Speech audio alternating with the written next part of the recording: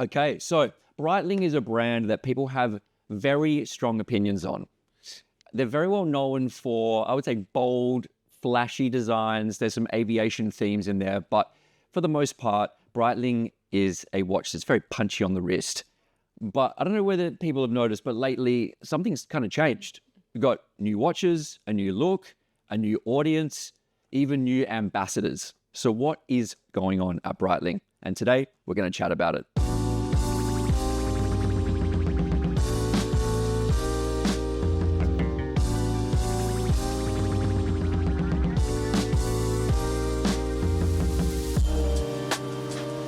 Welcome to Watch Collecting, and today we're going to talk about Breitling. We're going to get stuck right into it. And to help me on this mission, I'm joined by Emily Marsden. Hello. So we thought it would be a good idea to chop this into two parts, because when we start chatting about watches, it tends to get drawn out. So the first part, this part, is going to be on the Breitling history before it was taken over in 2017. So we'll touch briefly on the old history of the brand, but I think we'll probably focus predominantly on the post-quartz crisis era, going into the 80s and 90s and 2000s. And I'm going to lean on Emily a little bit here, because she's been doing some research on old Breitling, just to frame this, to remind people of Breitling's heritage. They're chops, for sure. For sure. Kicking off, we're going in? Tell me about it. Let's go, sir, let's go. Look, I'm going to, full disclaimer, I love these series. I love the concept of, deep dive into a brand, completely agnostic. What are they about? And it forces you to learn as well. Even with the IWC stuff, a brand I know a lot about, it's a nice opportunity to sort of go back and read books.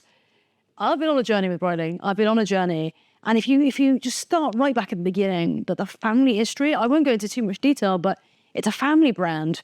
It starts, just sort of like one guy, does it pretty much on his own, goes through the generations, goes through World War I, then we get into World War II, and this is where you start to see Breitling as we really know it today. I'm pretty sure his name is Willie Breitling. He's the guy that's, it sort of defines the brand as we understand it.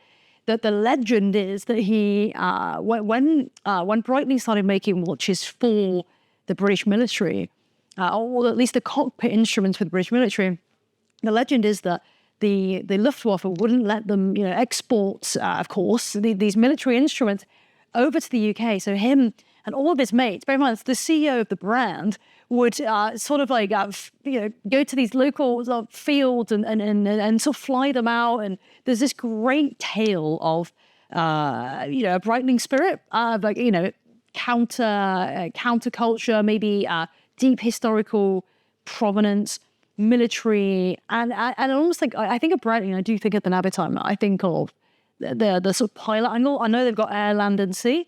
So he's also known for his spirit of innovation, loads of inventions, and he sees the brand right the way through to the late 20th century. I think that sort of chops.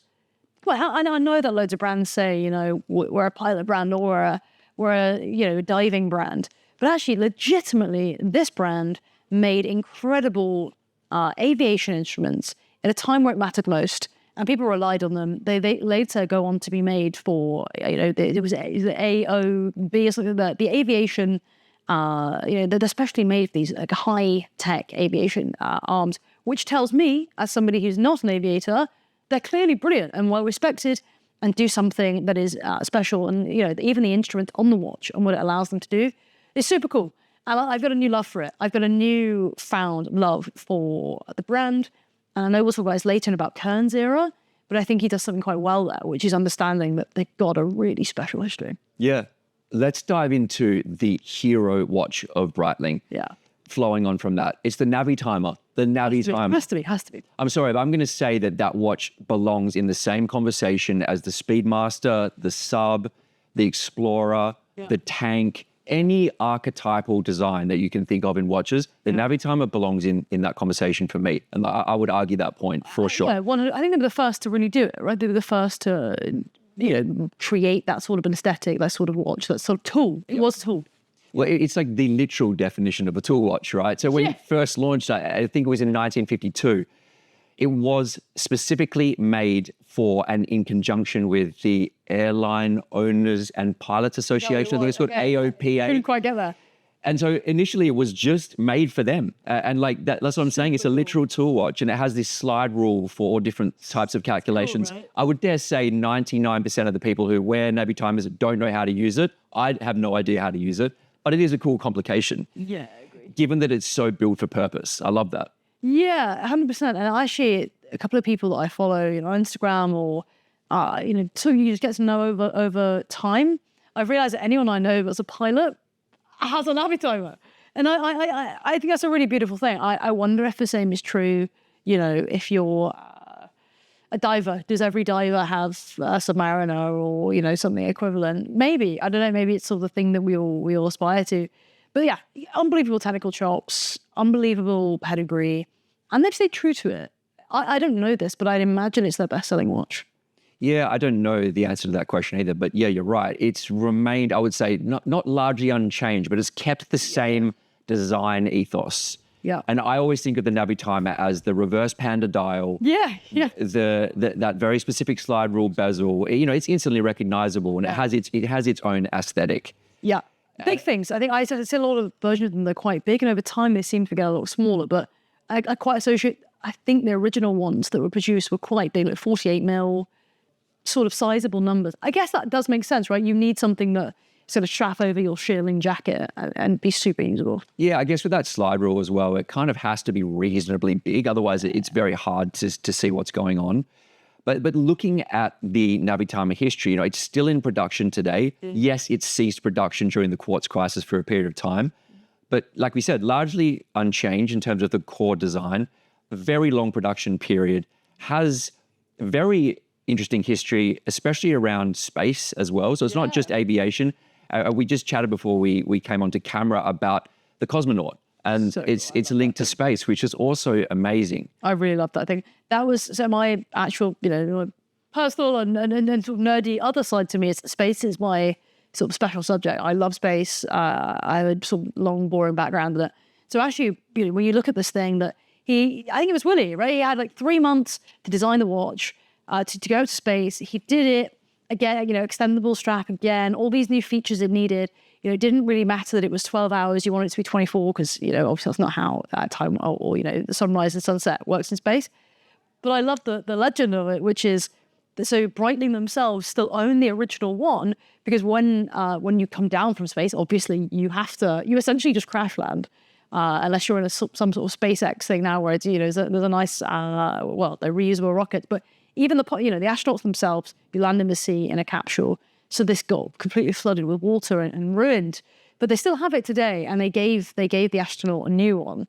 But again, a really cool thing. And I don't think they lean into that an awful lot, but I think I would buy something like that. That sort of history really, excites me. Yeah, absolutely. I think an old cosmonaut is a cool place to be investing or buying Navitimers because of that history. Yeah. If you're going to buy a Breitling and you wanted something core to the DNA, but it's got a cool story to it, I think that's a pretty cool thing to buy. I think also even buying the original Navitimers, I think that reference might be 806, and it's like Venus movements, which went out of production during the time which those watches were made. And I think Breitling purchased a lot of those movements and stored them so they could add them later. Yeah. And I think the other ones come with Valjoux movements, but they're sort of hand-wound chronographs. Just a great design too. I think that's a nice place to look if you want to get into Breitling. Yeah, I asked that question. Something I really like about these deep dives is, okay, but if you want to get into a brand, where do you go? And obviously you can start vintage, or you can start modern. But the overwhelming feedback was exactly that. If you want to go into vintage Breitling, it's the original movements, the original configurations, the original dials. Actually, there's a real sort of specialness to that because one, there aren't really that many. And two, as anything vintage, it's never the most perfect version of it. It's never, perfectly waterproofed or whatever. But there is a charm. And I think Breitling has something that not every brand can say, which is you don't see the design philosophy changing all that much through the ages. So maybe, in cars, I look at the Defender. I love the Defender so much. The original boxy Defender for me is a class apart from the current model of Defender. And I think a lot of brands do that. You modernize. Breitling doesn't seem to have done that in an extreme way. I don't think. Yeah, they have stayed true to model lines. I would agree. I think they've branched out a lot in terms of model variants. And Fine. You know, in our chat about Amiga in the past, we did lean into this on like just expanding model lines for commercial success. And I think we will touch on that in part 2, because that's where I think talking about the commercial success of Breitling is more relevant. Understanding how wide those model lines go is also worth touching on. Yeah. But if we then say, look, the Navitimer is a legitimate piece of watch history. Yeah. Like I really can't speak more highly about the Navitimer as a model. I think it's fantastic. What else happened at Breitling, say, after Ernest Schneider took over in the late 70s? He brought back the Chronomat into the consciousness again, right? Launched it alongside the Italian Air Force, the name of which I'm not going to say on camera. For the sake of everyone, I think you should try. At the risk of embarrassing myself, I'm just going to translate it into English, which I believe is the Tricolor Arrows is the name of the Italian jet team. You should have tried, but fair enough. I was just going to save myself the embarrassment there. Anyway, that watch was so cool too. Yeah. Rouleau bracelet. And it also had an interesting bezel design, which Breitling stuck with since. And you may notice from looking at these watches that there's like little bump stops at the quarter 15-minute markers, right?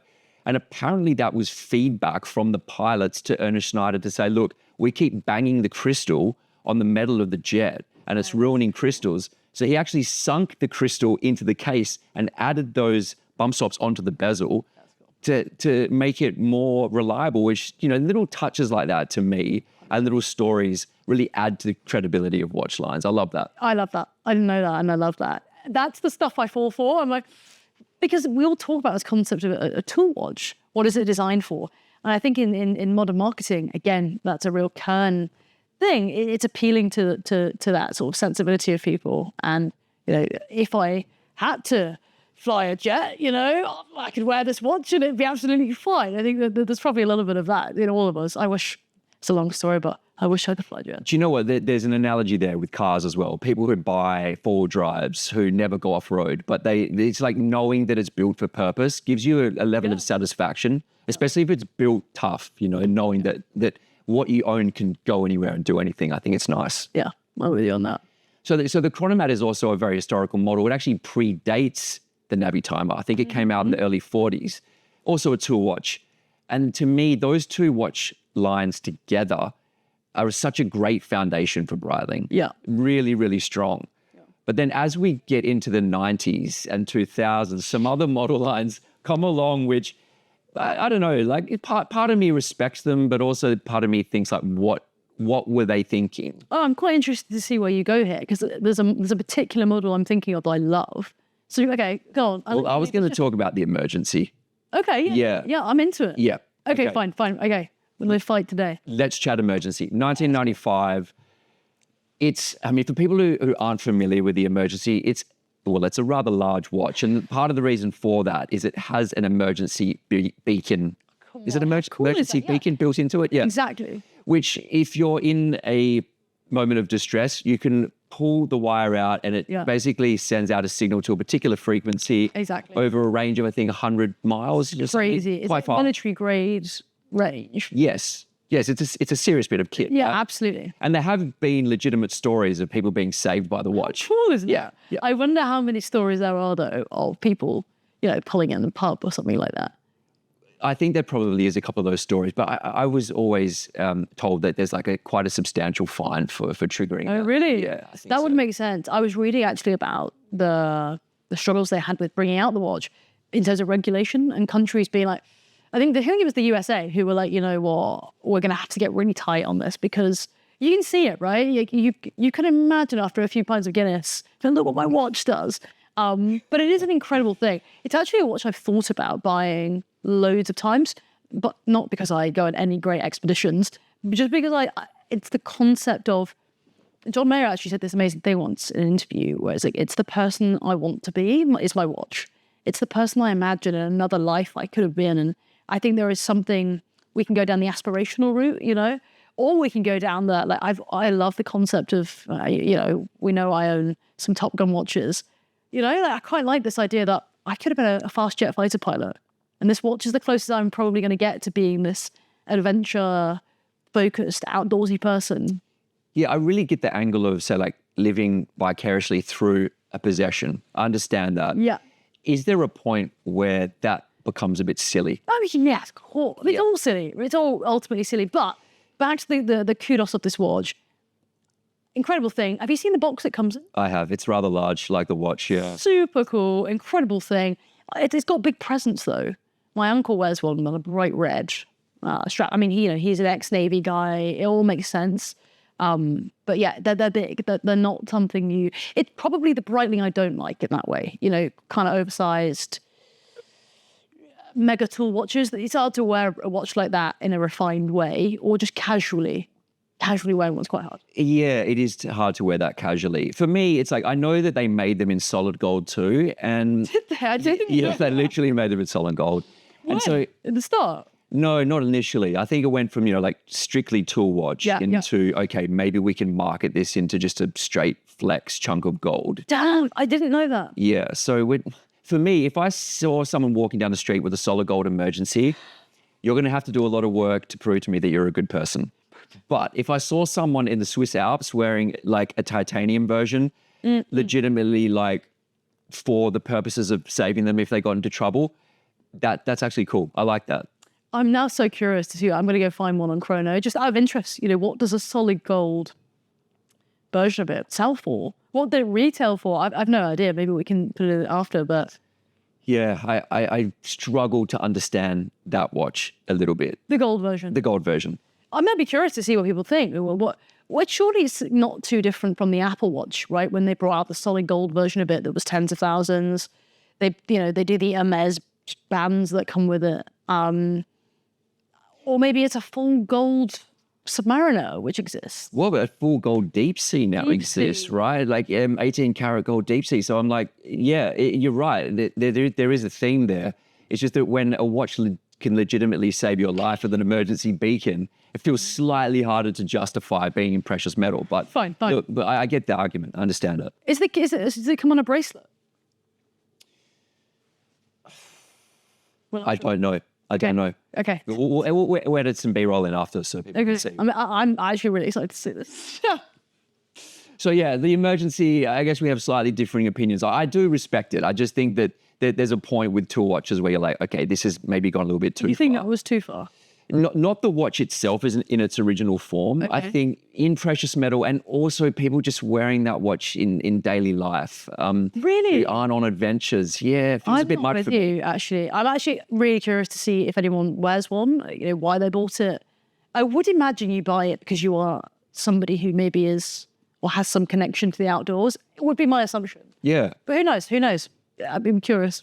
If you go outdoors, right, occasionally, and you do put yourself in dangerous situations, but you just want to wear the watch on a day-to-day basis, I think that's acceptable. But if you don't, then it's not. Yeah, you've got to be out. You've got a strong take. You've got to be That's a strong putting take. yourself in dangerous situations. We'll differ on opinions on that. I think you wear what you want, whenever you want. But fine, okay. So a very cool watch. We agree. It is, yeah. And also unique. No one else made a watch like that. And I like what you said about the regulation thing, because I never thought about that. That would have been quite a challenging watch to get into production. Wouldn't have been It easy. took 10 years, millions of pounds or dollars or francs. It wasn't a cheap thing. I don't exactly know what the inspiration was, but what better inspiration than just to go back to a brand that goes, hey, we are this rugged tool watch.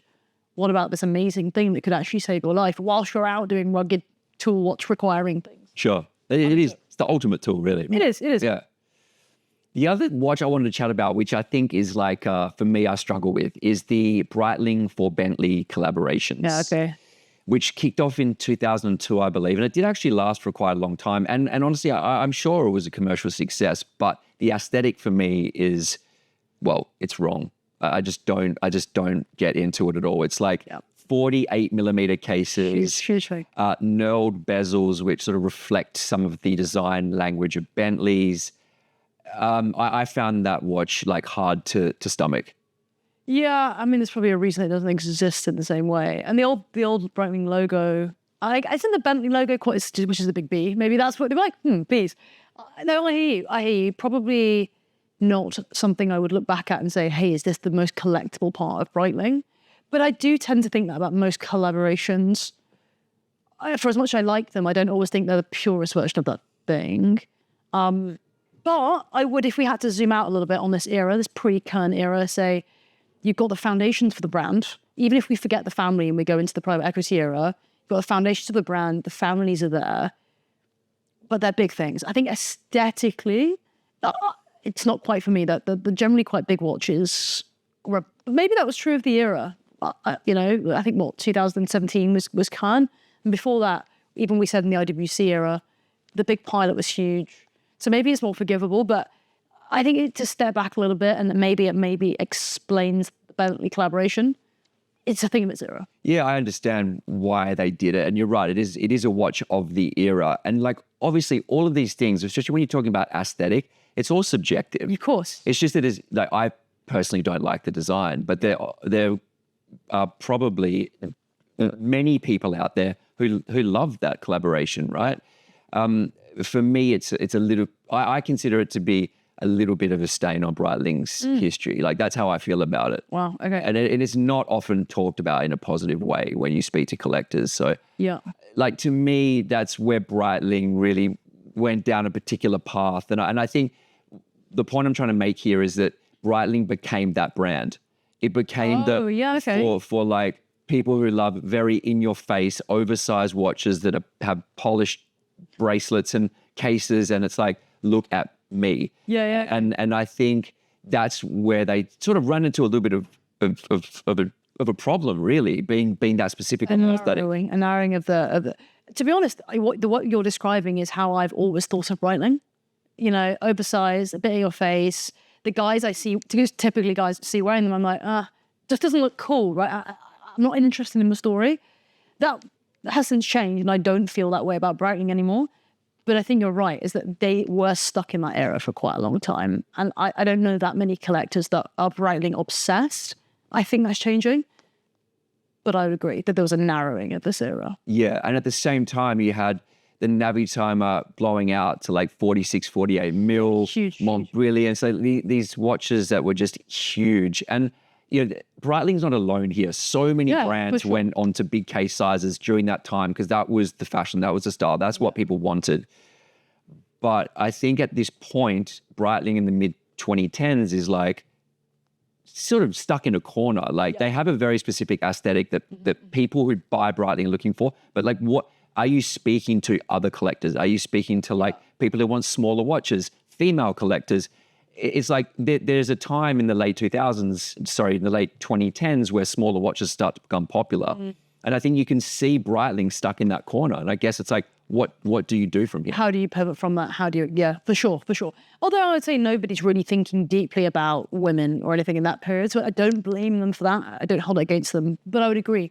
If I look at that era of Breitling to what it's become today, they're not comparable.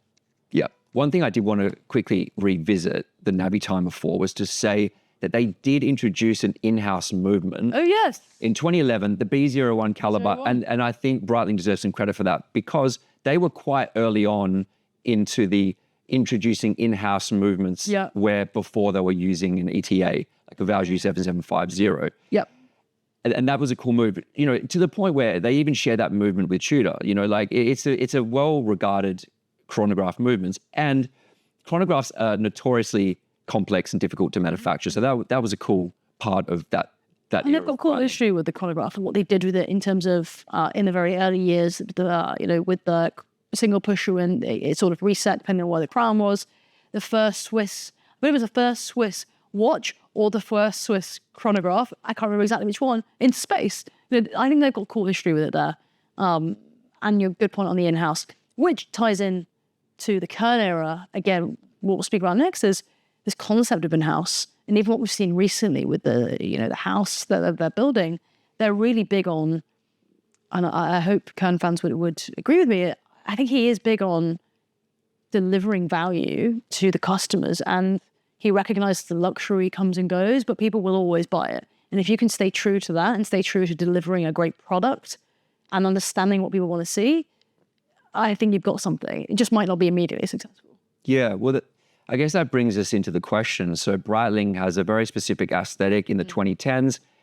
They're traveling along, like they're selling watches. It's a well-known company, but then where do they go from here? And I think this is a great place to wrap up part one and say that part two, we're going to be speaking about the private equity buyout of Breitling, which is also linked to Georges Kern, someone who's an absolute veteran of the watch industry, ex-CEO of RWC, and he comes in to completely reinvent the brand. Absolutely. So yeah, that's a great place to end part one. Stay tuned. We'll be back for part two. We're going to dig into the modern era of Breitling. Thanks for tuning in.